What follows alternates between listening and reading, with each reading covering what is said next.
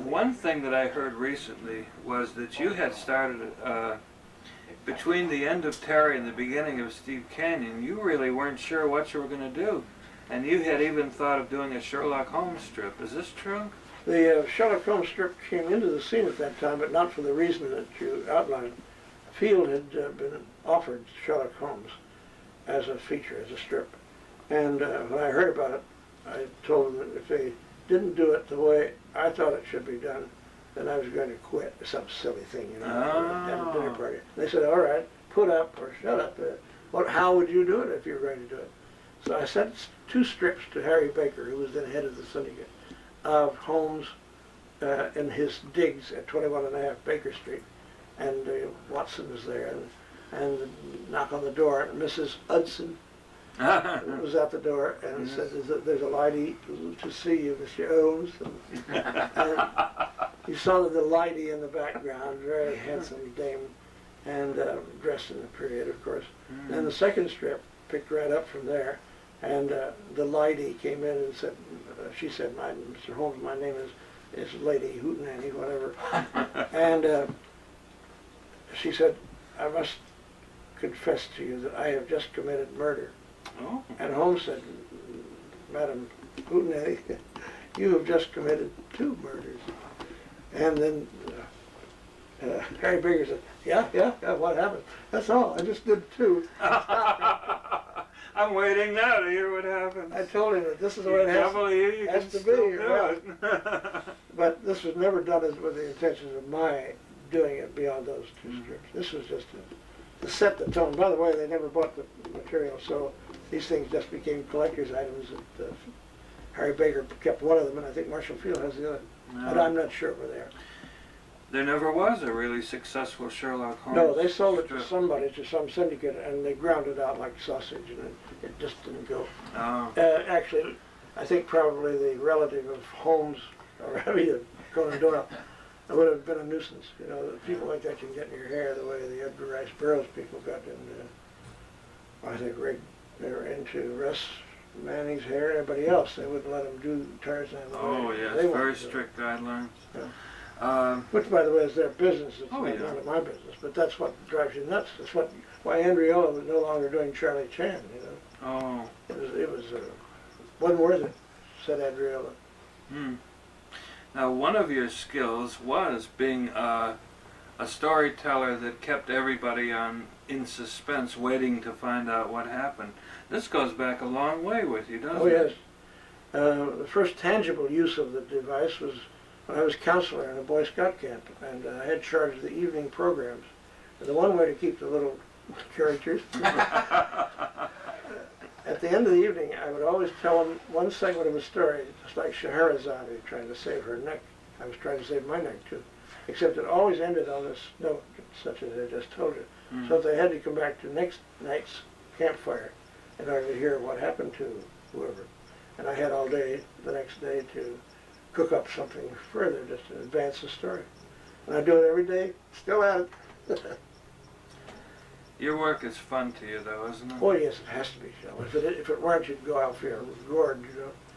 And you get physically tired, but you don't get mentally tired. It's very stimulating, in fact.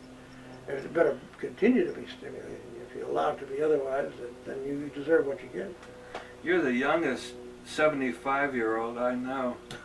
You don't know many 75-year-olds. Well, how about DJ? I know a few, and I must say, it's a constant delight. Life is very exciting when we're in your spectrum. For instance, your 75th birthday earlier this year was celebrated at Ohio State University, and you invited me to go along. Can you tell our viewers a little bit about it, about that great night? Yes, it was actually, it was a weekend. Yeah, it was a weekend. When we arrived on the scene, we came in separate directions, of course, and Shel was there along with Bob Harvey and Ludwig von Digbin, Bob Bindig, and Wayne Truman, and Elton Dorval, and other people who are not that closely connected in a fan term, like this closed fraternity that you guys have. Yes. And we all dug in at the Fawcett Center, which is the hotel on the campus at Ohio State. And then we started going around to see what had been done in this area. I had interviews to do, and so did they, and all the usual things that accompany such goings on. But we also saw a film that Lou Schwartz had made, which was introduced by Walter Cronkite, a whopping film. Wasn't that exciting? Tape, yeah. Yeah. And we saw the exhibit itself, which was in the main library of the university, and handsomely done by Lucy Caswell, who we are determined is going to run World War III when it comes along. But Lucy is a very dedicated curator. She is indeed. She's got the handle on it. She's a fan too. Besides being a gal with librarian skills, she's a great fan of yours, and she's read everything. Always was. The thing about all this being a fan is that she's been a fan all of her life, never dreaming that one day she'd be immersed in this stuff. But now she's read every word I've ever written. She does. I'm sitting like we're sitting now, talking about something that went on in 1938. And I'll say, that was the day they went down the river and met and she'll say, British Navy or something. She'll supply the missing word or phrase. She really remembers it all. And of course, this is the kind of curator to have for your library, so that he can go and find instantly what you want. Such as, this didn't happen while we were on the campus, but at another time, I went to the Thurber Library, which is also on the Ohio State campus, and I asked if they had a rejection slip, which Thurber had written to me on the back of a New Yorker envelope back in 1932. And the man said, just a moment. And boy, he was only gone a moment. He came back with the original thing. Right? Is that right? This is how they stay on top of these things. Great. That's a good curator. He was still... I'm sure Lucy can do this. Oh, you bet she can. We went to our little Caniff fan club group that you mentioned. We had a private little visit to the Caniff research room. Everybody's first visit, and we all saw it at the same time. Yes, so it was kind of an exciting I wasn't there afternoon. I think you were sleeping, or you were back in the hotel room working on Steve You can be Canyon. sure I was sleeping.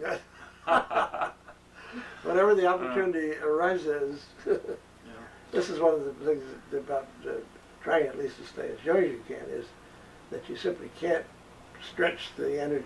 When it comes time to charge the batteries, you've got to charge the batteries. But then you also work late into the night hours Well, when other people are sleeping.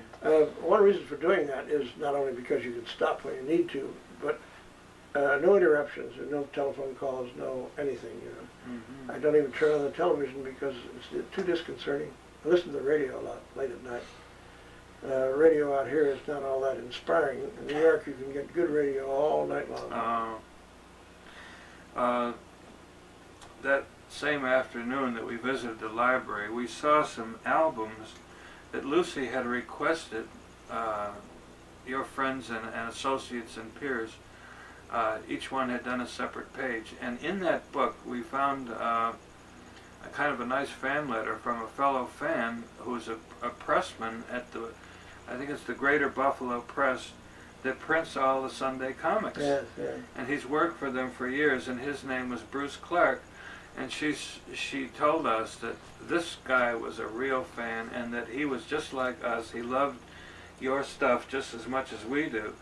And so she said, he'll be here this weekend. You'll have to meet him. So it was at this time that we picked up another member for our Caniff fan club. And then I saw them again in San Diego. Yes, at the Comic-Con. Yeah.